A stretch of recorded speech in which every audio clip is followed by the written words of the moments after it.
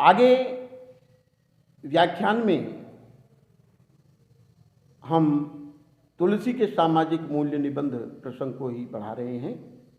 यदि किसी भी छात्र को या छात्रा को कोई समस्या हो तो निश्चित रूप से वो व्हाट्सएप के माध्यम से वार्ता करके या लिख करके अपने प्रश्नों का समाधान ले सकते हैं।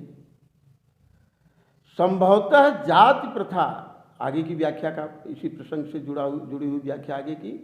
संभवतः जाति प्रथा जितनी दृढ़ आज है उतनी नामदेव दर्जी,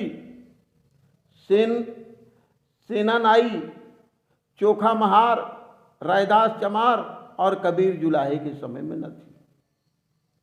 आज की व्यवस्था को देख लें। जो लोग विद्वान दावा करते हैं कि ब्रिटिश हुकूमत के पश्चात हमारे यहाँ जातिगत व्यवस्थाएं दूर हुई, संकीर्णता की भावना दूर हुई और सबको जोड़ने का कार्य किया गया, लेकिन आज जो जातिगत एक दृढ़ता लोगों में आई है, कट्टरता आई है, यह शायद पूर्व में नहीं थी।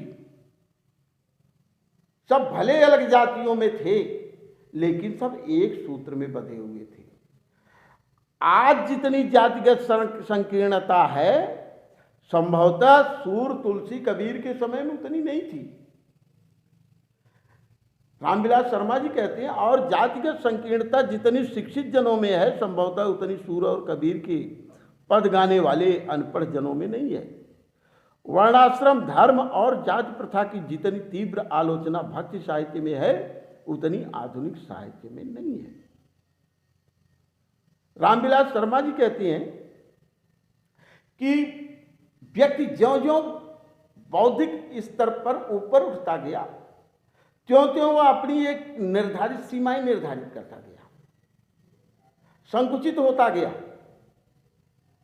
और ये संकीर्णता की भावना चाहे जातिगत रही हो चाहे निजी रही हो, ये आज बौद्धिक वर्ग के बीच अधिक दिखाई देती है।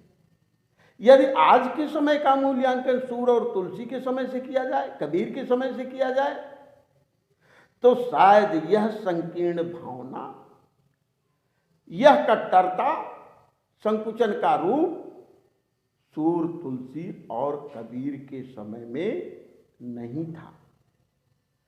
उतनी आधुनिकता साहित्य में नहीं है। यानी जितना भक्ति काल के समय में वर्ण, आश्रम, धर्म और जाति प्रथा की जितनी तीव्र आलोचना भक्ति साहित्य में है उतनी आधुनिक साहित्य में नहीं। हम कहते हैं आधुनिक साहित्य समाज से का साहित्य है, आधुनिक साहित्य में समाज का यथार्थ परिदृश्य है। लेकिन जब हम भक्ति साहित्य को देखते हैं, आज आधुनिक साहित्य में जो आज का साहित्य लिखा गया धर्म, जाति, व्यवस्था पर कितने कवियों ने, साहित्यकारों ने प्रश्न उठाया, आलोचना की, इसका विरोध किया। शायद भक्ति काल में जितनी इनकी आलोचना की गई, इन पर कुठाराघात किया गया, प्रश्न उठाए गए, शायद उतने आधुनिक साहित्य में नहीं है। ये क्या है? भक्ति काल की अपनी स्वयं की समृद्धता, जिसमें समाज की संपूर्ण वो व्यवस्थाएं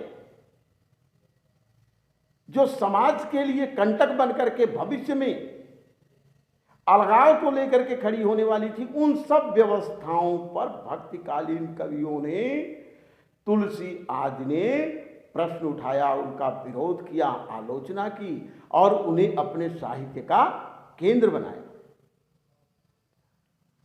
आगे रामविलास जी कहते हैं, यहां पर आपत्ति की जा सकती है कि मैं भक्ति आंदोलन को बहुत व्यापक अर्थ दे रहा हूं। भक्त और संत अलग थे, इन दोनों से भिन्न प्रेम मार्गी कवि थे, इन सबको एक आंदोलन में शामिल करना अनुचित था।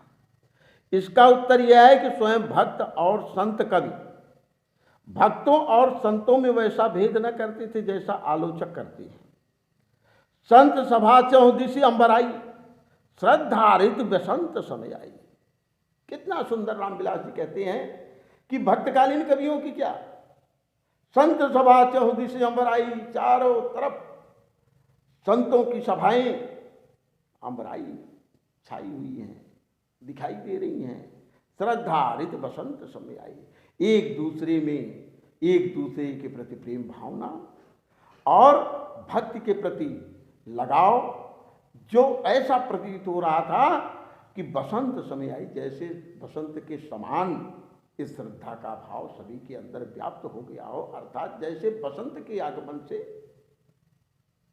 लोगों में आनंद उत्साह भर जाता है, उसी प्रकार संतों की सभा से, संतों के आगमन से लोगों के अंदर एक श्रद्धा भाव बसंत की भांति व्याप्त हो उठता है। संत सभा अनुपम अवध सकल सुमंगल मूल, बंदव संत समाज चित हित अनहित नहीं कोई। कहते हैं कि संतों की सभा अद्वितीय है। अवध में संतों की सभा अनुपम अद्वितीय है। सकल सुमंगल मूल, जो समस्त मंगलकारी, मंगल का मूल है। बंदव संत समान चित हित अनहित नहीं कोई, कि ऐसे संत समाज की मैं वंदना करता हूँ, हित अनहित नहीं कोई, बिना हित लाभ आदि का ध्यान किए मैं इनकी वंदना करता हूँ। तुलसी की इन उक्तियों से देखा जा सकता है कि संतों और भक्त शब्द उनके लिए पर्यायवाची हैं। अर्थात यह संतों का अपना एक अलग समाज में प्रभाव था, इनके युग की देन थी, जो समाज का सही पथ प्रदर्शन किया करते थे। धन्यवाद। शेष प्रसंग पर हम अगले व्याख्यान पर बात करेंगे।